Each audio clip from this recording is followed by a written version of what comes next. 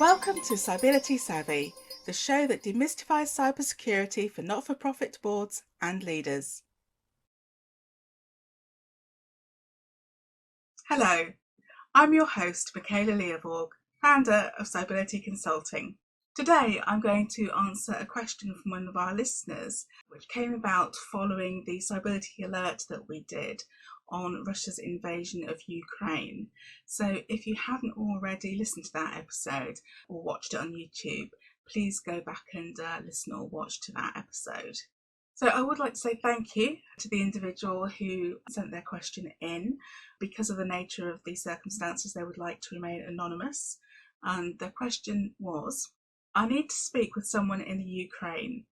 How can I do that safely without putting them and their family at more risk?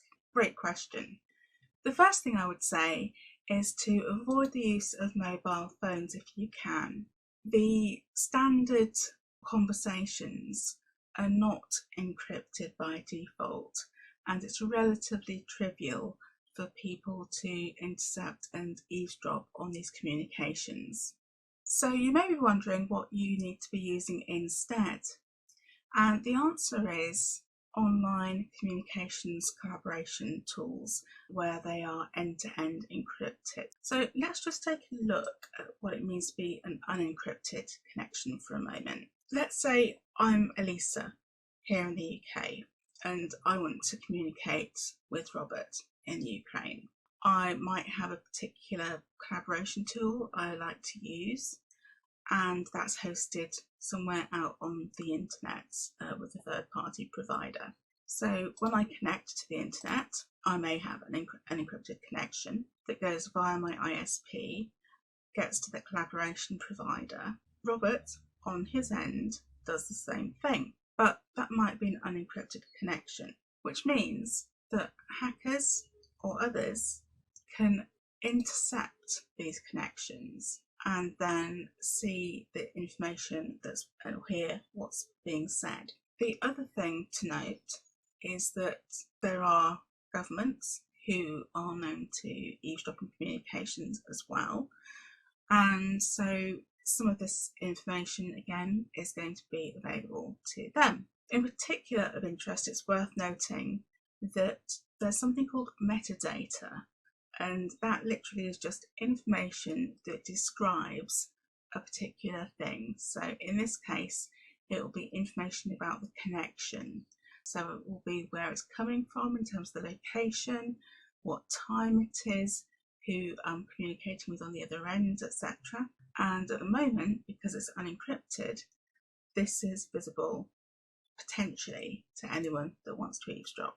So let's now take a look at encrypted communications. So here I am, Elisa in the UK, and now I've got my encrypted connection to the provider.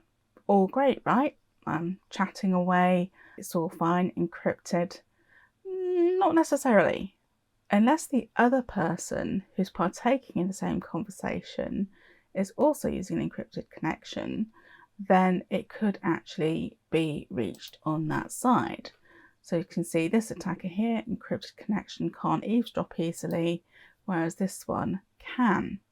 Other agencies can look at that metadata as well and gain some information that even though they perhaps don't know the content of the call coming from the left-hand side here, they do know the location, and they could potentially go to the internet service provider and ask for who was connected at that particular time with that IP address. Now, what do you then do about that? This is where VPNs come in, virtual private networks. So what those do is they effectively create a sort of tunnel between your computer and the VPN provider that you select. It means that the people outside can't eavesdrop easily on that connection. Now, in terms of the metadata, it also means that the people can't actually view all that as easily either, because what they're now going to see is the metadata of the VPN provider instead of you and your machine, or Lisa's in this case. And then one of the things that the VPN providers do as well is they often have servers all around the world. I could potentially connect to a server in another country, and then people who are trying to sort of find out what's going on would just see, again, the VPN provider, not knowing where I was coming from. It's also a way that people use to bypass geographic restrictions and access TV shows and that sort of thing as well. The VPN, you want to have that in place on both sides, so Robert really wants one as well. And once you've both got that in place, and then within that tunnel you're using an encrypted end-to-end service, then you should hopefully be minimizing the risk to the person that you're communicating with.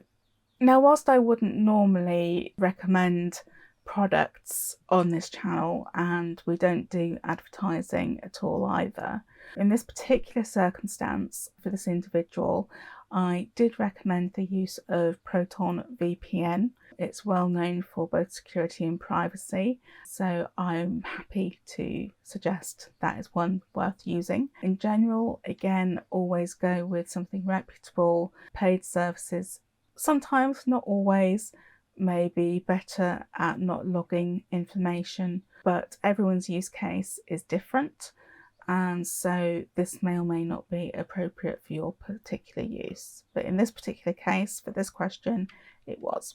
Some of the other things you might want to look at are the browsing privately, and the Tor browser, the Onion Router browser, is well known again for being able to browse privately as long as you don't log into services whilst you're browsing with it. So that's something you might want to have a look at. If you want to have more of a sort of anonymous trail in terms of the computer that you're actually using as well, then one of the things you would want to have a look at is called Tails.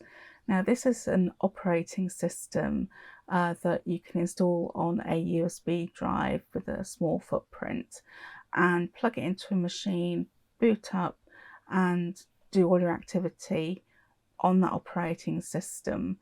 Any files that you create, you would need to upload to a cloud service, because once you turn it off, all traces are gone. It's not there. So think of it as like a disposable PC. And the final recommendation I'm going to give is around using the excellent resources from the Electronic Frontier Foundation, in particular for people who are out there at the moment and need to look after themselves. The surveillance self-defense section of their site has lots of guidance on what to do to keep yourself safe, so really strongly recommend that one.